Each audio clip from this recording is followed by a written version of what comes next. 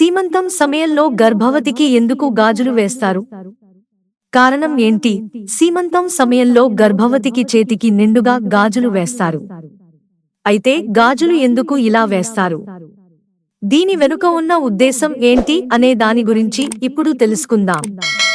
పెళ్లి, నిశ్చితార్థం, పూజలు, సీమంతం వంటి సమయాల్లో గాజులు ముఖ్యంగా కనిపిస్తాయి.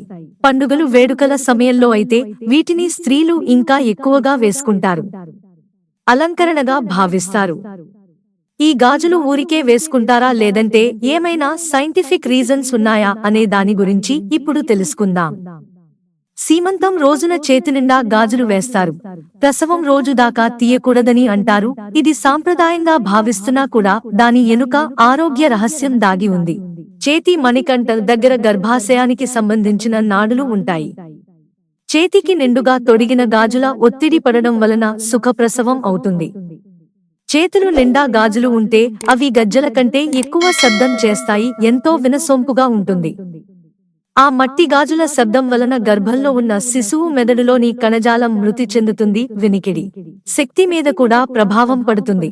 కడుపులో ఉన్న బిడ్డకు ఈ శబ్దం నచ్చుతుంది. అలాగే గాజుల శబ్దాల వలన గర్భవతులకి ఒత్తిడి తగ్గి ప్రశాంతంగా ఉంటుంది, ఆనందంగా అనిపిస్తూ ఉంటుంది.